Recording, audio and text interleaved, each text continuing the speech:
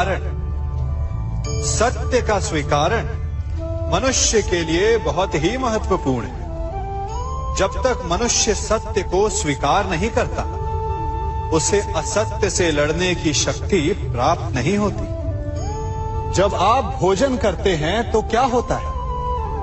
आपका पेट स्वीकारता है कि वो भर चुका है और आप भोजन करना बंद कर देते हैं। जब आपको निद्रा आती है तो क्या होता है?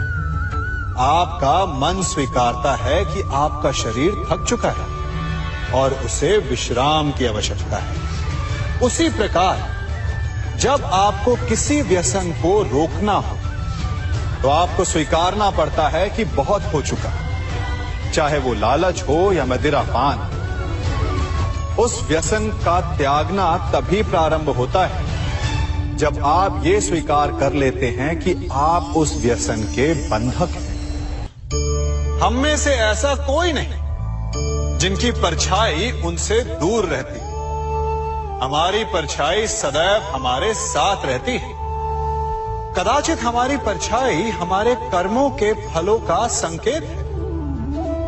कदाचित इसी कारण कई बार हमें अपनी परछाई से भय भी लगता है, परंतु इस भय से निवारण पाने का एक साधन अवश्य है। वो है सूर्य की ओर मुख करना या किसी प्रकाश के स्रोत की ओर मुख करना, क्योंकि तब हमें हमारी परछाई दिखाई नहीं देती। यदि इसे जीवन के संदर्भ में देखें तो ये प्रकाश का स्रोत शुभ कर्मों की चेतना है। यदि आपके मन में शुभ कर्म करने की इच्छा है तो आपको कभी भी अपने कर्मों के फल का भय नहीं होगा, क्योंकि यदि आपका मन शुद्ध होगा तो आपके कर्म शुद्ध होंगे और शुद्ध कर्मों का फल कभी अशुद्ध नहीं हो सकता। आज मैं आप सबको एक कथा सुनाता हूं। एक दिन प्रातः एक व्यापारी अपने घर से निकला। घर से निकलते ही एक बिल्ली ने उस व्यापारी का मार्ग काट दी। व्यापारी घबरा गया। वो फिर से घर लौट गया और शुभ घड़ी की प्रतीक्षा करने लगा। और जब वो पुनः अपने घर से निकला तब वो वाहन जा चुका था जिससे राजा तक पहुंचकर उसे भेंट देनी थी। राजा को भेंट नहीं मिली। राजा क्रोधित हो गए। राजा ने उस व्यापारी का व्यापार बंद करवा दिया। इस कारण व्यापारी क्रोधित होकर घर पर अपनी पत्नी से लड़ बैठा। पत्नी अपने बच्चों समेत मैके वापस चली गई और उस व्यापारी के जीवन में यदि कुछ रह गया था तो केवल अंधकार।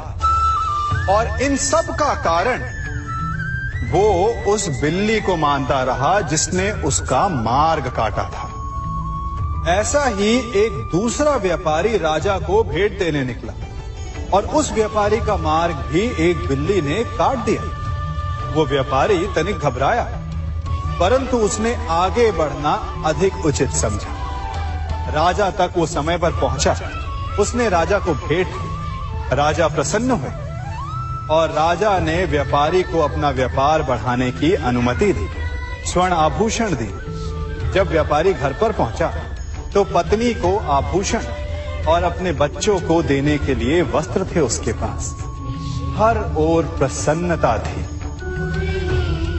समझ रहे हैं ना? दोनों के साथ एक ही प्रकार की घटना हुई, परंतु दोनों की प्रतिक्रिया भिन्न थी। ऐसा ही हमारा जीवन भी है। हमारे जीवन में प्रारब्ध का अपना स्थान है, परंतु उससे कई अधिक महत्वपूर्ण हमारी प्रतिक्रिया, हमारे सोच का प्रभाव है, क्योंकि यही हमारे जीवन को आकार देते हैं। इसलिए अपनी सोच को सकारात्मक रखिए। आपका जीवन सदैव आनंदमय रहेगा। आप इन दो पात्रों को देख रहे हैं। मेरे इस पात्र में जल है और ये पात्र मिष्ठान से भरा हुआ है। दोनों ही पात्र भरे हैं, परंतु देखिए, मिश्री को जल में मिला दिया। जल ने मिश्री को अपना लिया। मिश्री ने अपना अस्तित्व खो दिया। परंतु जल को अभिमान है कि उसका अस्तित्व अभी भी बना हुआ है। परंतु जो इस जल को चखेगा उसे अवश्य पता चल जाएगा कि ये जल अब वो जल नहीं रहा, ये अब शरबत बन गया।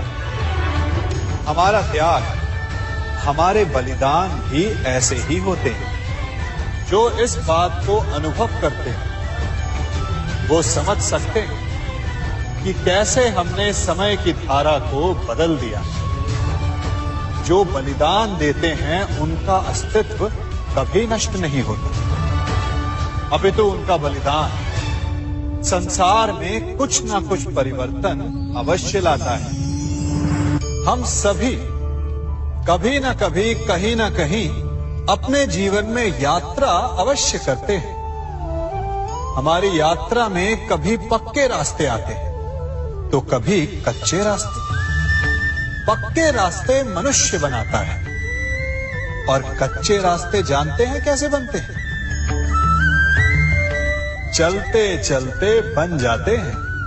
जब लोग एक स्थान से जाते हैं तो पैरों के दबाव से नीचे की घास कुचल जाती है। बार बार उस मार्ग से जाने से धीरे धीरे मार्ग स्वतः ही बन जाता है।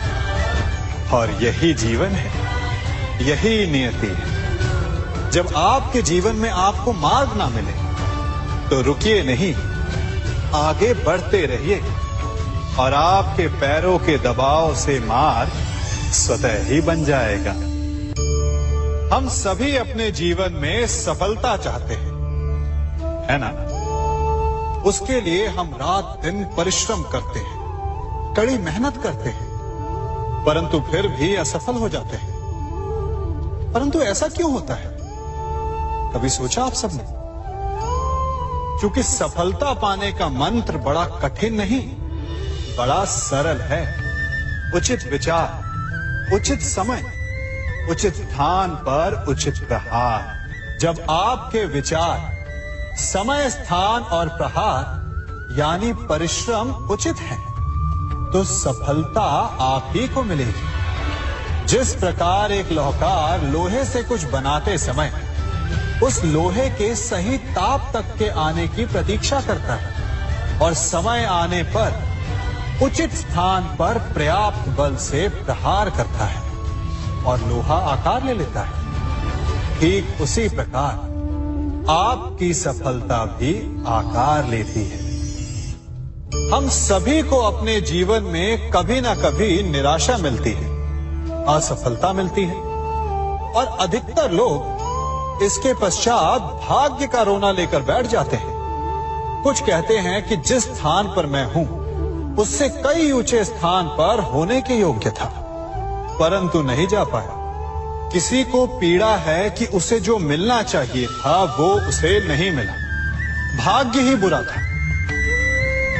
भाग्य क्या होता है? भाग्य वन में खिला पुष्प देवताओं को चढ़ाया जाएगा या किसी सुंदरी की वेणी में वो सजेगा या फिर उसे कुचल कर उत्पाद बना दिया जाएगा।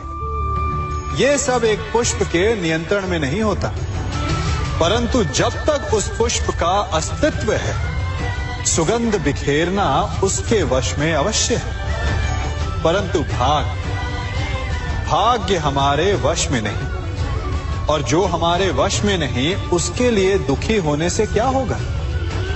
कर्म पर वश है, वो कीजिए और धीरे धीरे भाग्य आपके वश में आ जाएगा, क्योंकि कर्म ही प्रधान है।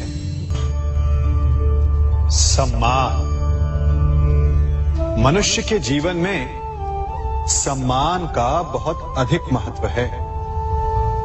वो उसे अपने हृदय, अपने मन से जोड़कर रखता है। कदाचित इसीलिए हम शत्रु के सम्मान पर चोट पहुंचाते हैं ताकि उसे पीड़ा पहुंचाई जा सके। परंतु ऐसा करने से सावधान रहे मित्रों। शरीर पर लगी चोट मनुष्य भुला सकता है, परंतु उसके सम्मान को लगी चोट उसे जीवन भर पीड़ा देती है। और स्त्री के मान सम्मान पर लगी चोट उसे उस सीमा तक ले जाती है जहां उसे केवल प्रतिशोध दिखाई देता है।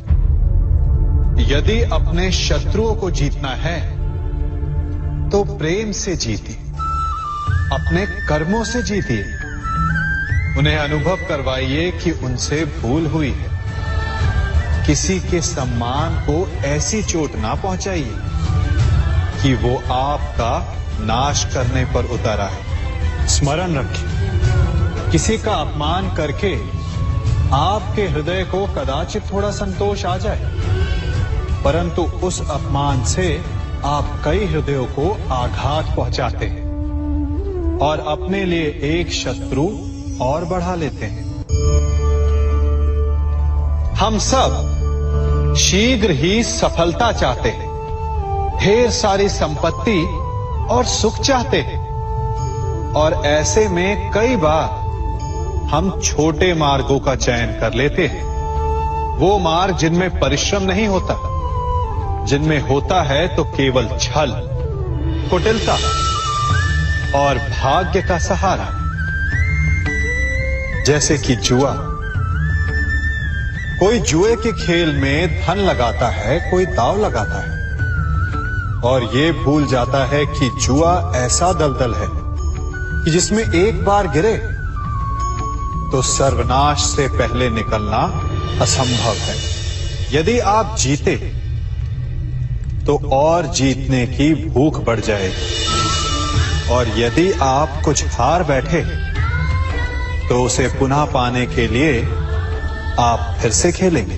मनुष्य को ये आभास ही नहीं होता कि अपनी संपत्ति के साथ साथ वो अपनी मानवता, अपने संस्कार, अपना धर्म और अपना उत्तरदायित्व तक सभी जुए की भेंट चढ़ा देता है। इसलिए कुछ पाना है तो परिश्रम से पाओ।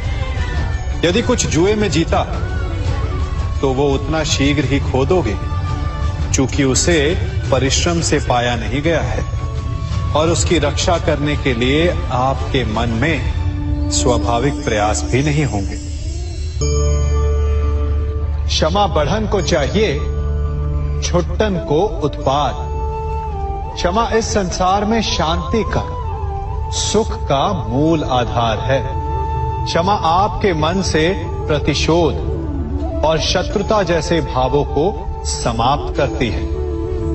परंतु क्या हर स्थान पर क्षमा आवश्यक है? क्या प्रत्येक का अपराध क्षमा करने के योग्य होता है? नहीं। कभी कभी उसे क्षमा करके हम उस व्यक्ति को और बड़ा अपराध करने की प्रेरणा देते हैं,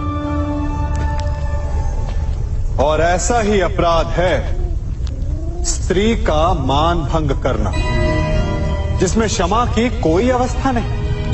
यदि सिंह भूल से गाय के बछड़े का अखेट कर ले तो उसे क्षमा किया जा सकता है, परंतु यदि वो नरभक्षी हो जाए तो उसके केवल दो स्थल होते हैं, या तो पिंजरा या फिर मृत्यु की गोद। कुछ परिस्थितियों में क्षमा के स्थान पर दंड देना आवश्यक होता है, चूंकि ये दंड का भय ही है जो लोगों को वो अपराध करने से रोकता है। संसार में सबसे बड़ा क्या है? अभिमान और बाहुबल, या विश्वास और आस्था? निश्चित रूप से बाहुबल के महत्व को नकारा नहीं जा सकता। मनुष्य अपने बाहुबल से पर्वत को मैदान बना सकता है, सागर सुखा सकता है, मरुस्थल में नदियां बहा सकता है, परंतु बाहुबल को सहारा होता है विश्वास का। यदि मन में विश्वास ना हो तो बाहुबल किसी काम का नहीं। वो कौन सा बल है कि मोर आकाश की ओर ताकते हैं? वो विश्वास ही तो है जिसके कारण वर्षा होती है और दोनों की प्यास बुझती है। परंतु जब आपके बाहुबल का सामना धर्म के विश्वास से होता है तो बाहुबल हार जाता है और जीतता है विश्वास। विजय होती है आस्था की। यदि आप सत्य के मार्ग पर चल रहे हैं और आप अपने इष्ट में आस्था रखते हैं, तो किसी भी पापी का बल आपका कुछ नहीं बिगाड़ सकता। कभी सोचा है हमारा जीवन भी उस रेत की घड़ी की भांति है? जो रेत नीचे गिर चुकी है वो हमारा अतीत है, जो अब भी ऊपर है वो हमारा आने वाला भविष्य है, और वर्तमान ये संकुचित स्थल है जहां से धीरे धीरे करके रेत गिर रही है। अर्थात हमारे पास जीने के लिए यही एक क्षण है। उसका उपयोग कैसे करना है ये हम पर निर्भर करता है। जो बीत गया उसका दुख मनाना है, या जो भविष्य में होने वाला है उसकी प्रतीक्षा में क्रोध करना है। सब कुछ करने के लिए यही एक क्षण है। प्रसन्न रहना है तो उसके लिए भी यही एक पल है। प्रतीक्षा करते रहोगे तो ये पल भी भूतकाल में बदल जाएगा। इसलिए आनंद के लिए, परोपकार के लिए प्रतीक्षा ना कीजिए। आपके पास जो पल है उनका भरपूर सदुपयोग कीजिए, क्योंकि इस घड़ी को पलटकर आप फिर से समय अवश्य गिन सकते हैं, परंतु अपना बीता हुआ समय आप वापस नहीं लौटा पाएंगे।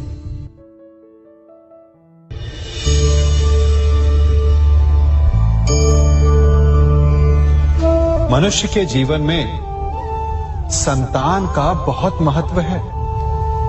उस संतान के लिए वो कितने कष्ट सहता है, उसे पालता है, पोसता है, और यदि यही संतान संताप का कारण बन जाए तो क्या ये उसका दोष है? अधिकतर ये दोष हमारे लालन पालन का होता है। बचपन में बालक के हठ को मानकर हमें आनंद की अनुभूति अवश्य होती है, परंतु धीरे धीरे अपने बालक के हठ को मानकर उसके हठ के दास हो जाते हैं। एक हठी उद्दंड और असंस्कारी संतान उस सूखे वृक्ष के समान होती है कि यदि जिसमें आग लग जाए तो वो सारे वन को भस्म कर डाले। और स्मरण रहे, जब उसमें अग्नि लगती है तो सबसे पहले वो स्वयं के घर को ही भस्म करती है। इसलिए जब आवश्यकता हो तो अपनी संतान के हठ का विरोध करें, उसे रोके, क्योंकि यदि समय रहते ऐसा ना किया गया तो भविष्य में इस समस्या के परिणाम गंभीर हो सकते हैं। प्रतिज्ञा, वचन, ये सब मनुष्य ने समाज को सही दिशा में रखने के लिए बनाए हैं।